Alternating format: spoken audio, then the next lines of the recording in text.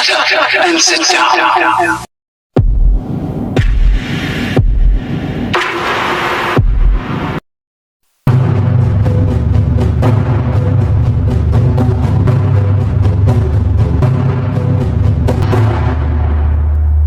Halo Velas, apa kabarnya kalian semua? Semoga sehat-sehat terus ya. Kali ini gue ngebahas kepergian almarhum Opa Hans dan Oma Rita yang memang sedih sekali ya ceritanya. Langsung aja yuk kita ke kisah selengkapnya.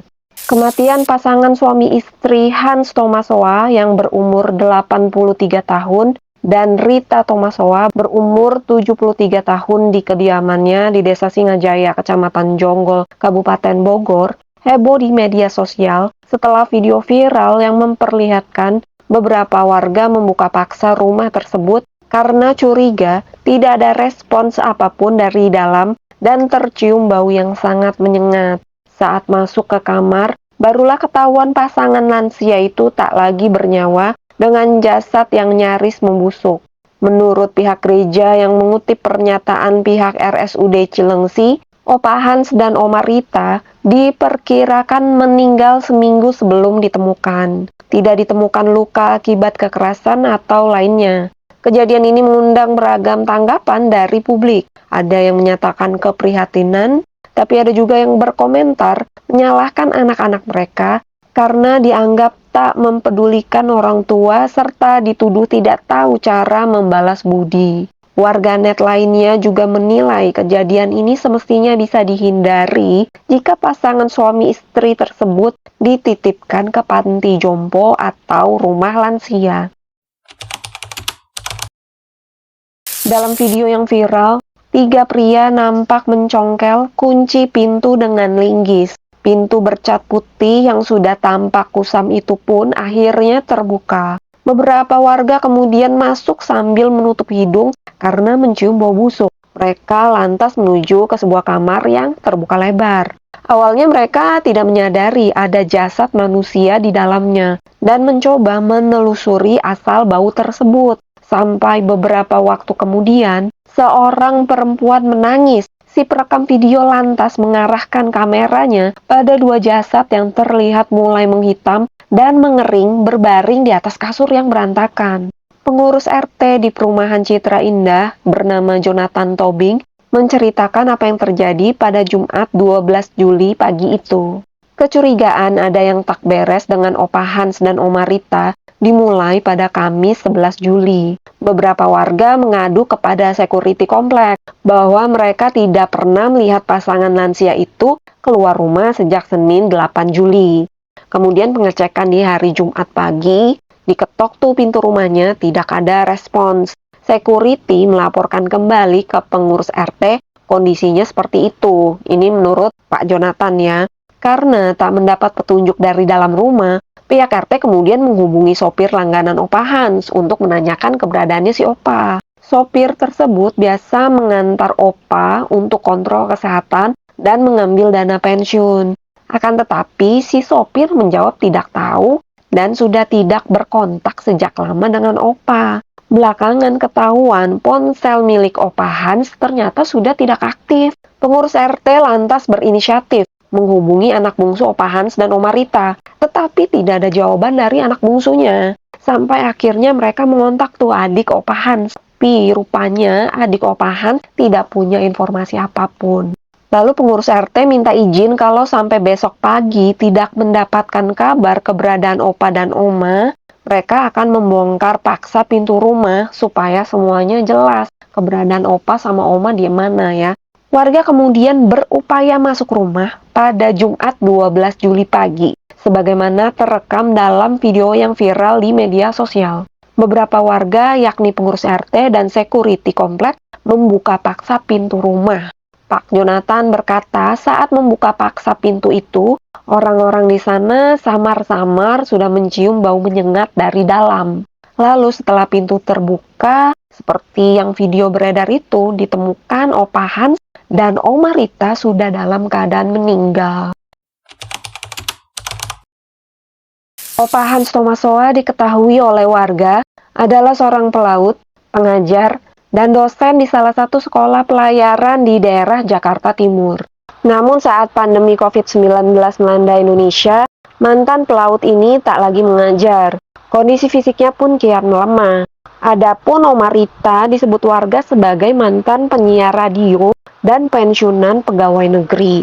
Di lingkungan kompleks, Opa Hans Tomasoa dan istrinya cukup akrab dengan tetangga. Dari keakraban itulah warga tahu keseharian pasangan lansia tersebut. Sewaktu masih menjadi dosen, warga sekitar beberapa kali mengantarnya pergi mengajar. Tapi sepanjang menetap di sana, pengurus RT mengklaim tidak pernah melihat anak-anak kedua suami istri tersebut berkunjung. Pak Jonathan sebagai pengurus RT juga mengaku pernah menawarkan kepada Opa Hans dan Oma Rita agar masuk ke panti jompo atau rumah lansia milik dinas sosial. Hanya saja keduanya keberatan. Pendeta Gereja Protestan di Indonesia bagian Barat atau GPIB Cipecang bernama Ezra Sudarsono mengatakan kedua orang itu merupakan jemaatnya. Namun karena keterbatasan fisik, mereka hanya sesekali beribadah ke gereja.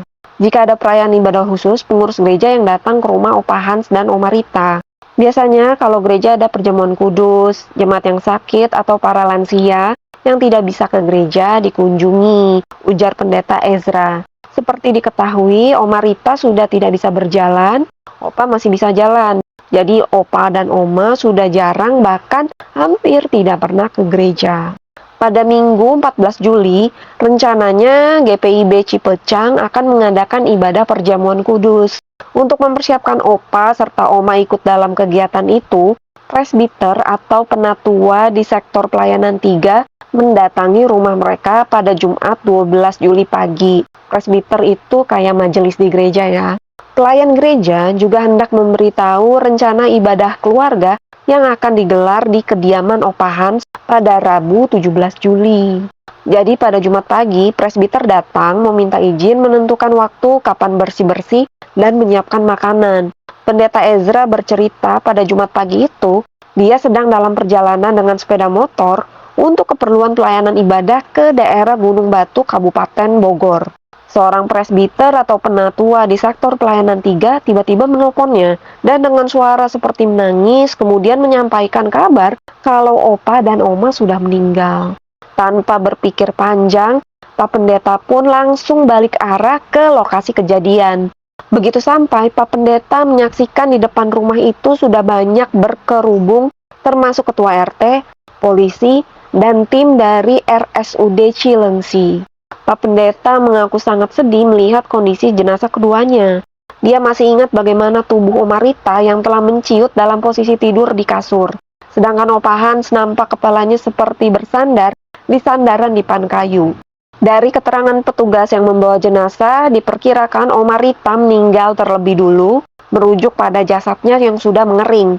Adapun jasad Opa Hans dikatakan masih cukup berat, yang artinya cairan tubuhnya masih cukup banyak. Di tengah situasi yang disebutnya penuh haru itu, pihak gereja dan ketua RT lantas menghubungi anak-anak mendiang Opa Hans serta kerabat lainnya. Tujuannya tak lain, ingin memberitahu soal kematian orang tua mereka dan menanyakan perihal prosesi pemakamannya. Dari majelis gereja GPIB Cipecang bertanya, kapan datang? Lalu dijawab oleh salah satu anak Opa, belum tahu. Karena tak ada kejelasan tentang kehadiran anak-anak Opa Hans, pihak gereja dan RT setempat sepakat memutuskan untuk melangsungkan prosesi pemakaman pada sore hari. Toh berdasarkan keterangan RSUD Cilengsi, penyebab kematian pasangan lansia tersebut akibat kekurangan asupan makanan. Tidak ada unsur kriminal, kecelakaan, atau hal-hal yang memicu trauma. Disebutkan pula keduanya diperkirakan telah meninggal sekitar 4-5 hari sebelum ditemukan. Jadi hasil pemeriksaan menurut rumah sakit, kematiannya normal. Kira-kira pukul 16.30, Opa Hans dan Oma Rita dimakamkan.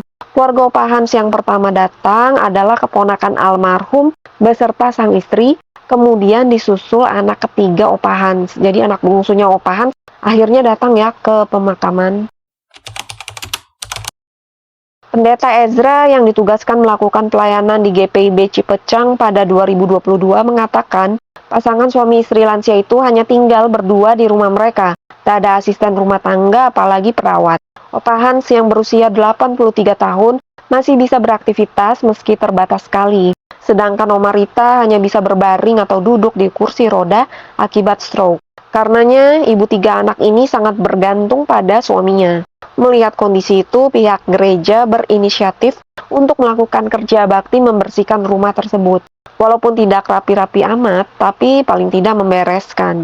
Selain membantu bersih-bersih rumah, presbiter di sektor pelayanan 3 juga sempat rutin secara bergantian memberikan makanan kepada pasangan suami istri itu. Kendati belakangan bantuan makanan itu mulai dikurangi, lantaran ada informasi bahwa tetangga Opa Hans telah menyediakan makanan. Namun pihak gereja tetap mengingatkan Opa Hans jika ada keperluan apapun agar menghubungi jemaat atau majelis. Jadi kalau mati lampu atau kesulitan beli sesuatu, Opa Hans disuruh telepon gereja ya.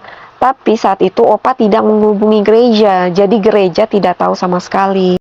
Tapi terlepas dari itu, gereja sebetulnya sangat khawatir dengan kondisi keduanya yang tanpa ditemani kerabat lain di rumah mereka. Itulah mengapa beberapa tahun lalu pihak gereja sempat menawarkan kepada Opa Hans dan Oma Rita agar tinggal di rumah lansia atau panti jompo dengan biaya gereja. Akan tetapi menurut Pak Pendeta, Opa Hans dan Oma Rita menolak. Opa dan Oma nggak mau karena beliau tidak mau keluar dari rumah yang mereka tempati sekarang. Mereka merasa itu rumah mereka. Peristiwa ini pun menjadi pukulan berat bagi GPIB Cipecang. Pendeta Ezra sendiri mengaku gagal lantaran tak mengetahui dengan cepat ada jemaatnya yang meninggal.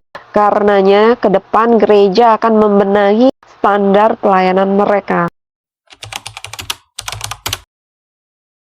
Rumah yang ditempati Opa Hans dan Oma Rita kini didatangi oleh anak-anak mereka. Padahal warga Jonggol mengaku tak pernah melihat ketiga anak Opa Hans dan Oma Rita datang menjenguk selama mereka tinggal berdua di daerah itu sejak tahun 2017. Pengurus RT setempat pun menolak mentah-mentah permintaan dari dua anak Opa Hans dan Oma Rita terkait masalah rumah yang ditinggali tersebut. Menurut Pak Jonathan, dia bertemu dengan anak pertama dan kedua, tapi tidak menyampaikan apa-apa, hanya menyampaikan keinginan ingin ke rumah. Tapi Pak Jonathan bilang buat apa lagi ke rumah. Pengurus RT mengatakan bahwa mereka kecewa terhadap anak-anak Opa Hans ini. Pak Jonathan meminta anak-anak Opa Hans untuk mendatangi Polsek Jonggol guna memberikan keterangan kepada penyidik atas kejadian ini. Pasalnya, warga sudah mencoba menghubungi anak-anaknya sehari sebelum ditemukan tewas, dikarenakan sudah hampir sepekan Opa dan Oma tidak terlihat. Malamnya, pengurus RT mengontak seluruh keluarga Opa Hans. Anak ke-1 dan kedua tidak punya kontaknya. Anak ketiga dikontak tidak ada jawaban, sampai akhirnya terhubung ke adik Opa. Setelah jasad keduanya ditemukan terbujur kaku di atas kasur hingga dievakuasi ke RSUD Cilengsi, anak-anaknya pun belum juga muncul batang hidungnya.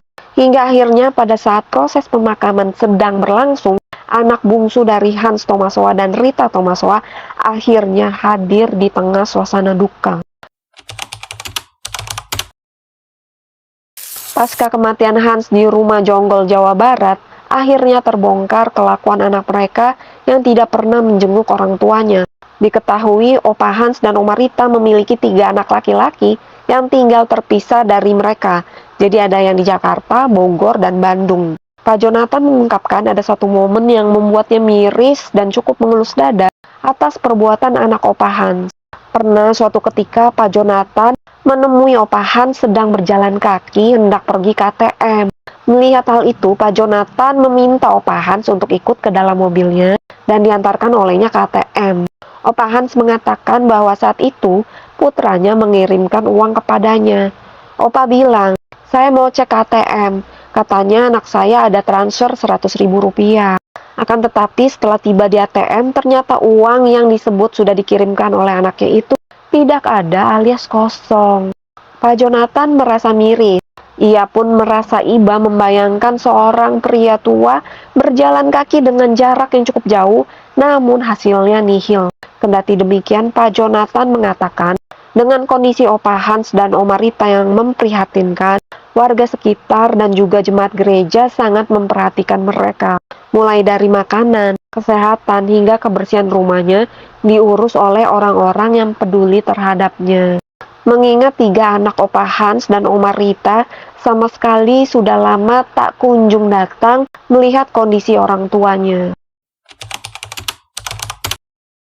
Aristokrat Tomasoa, anak pertama dari pasutri lansia Opa Hans dan Oma Rita, tegas membantah tuduhan dia dan adik-adiknya menelantarkan orang tua mereka hingga tewas dalam kondisi mengenaskan. Dia menyatakan dirinya dan kedua adiknya selalu memberikan perhatian kepada pasutri lansia tersebut, meskipun dengan cara yang berbeda. Aris bersama pengacaranya Andrea Saptavinadi menolak berbagai narasi yang beredar terkait tudingan tidak merespon kabar meninggalnya orang tua mereka.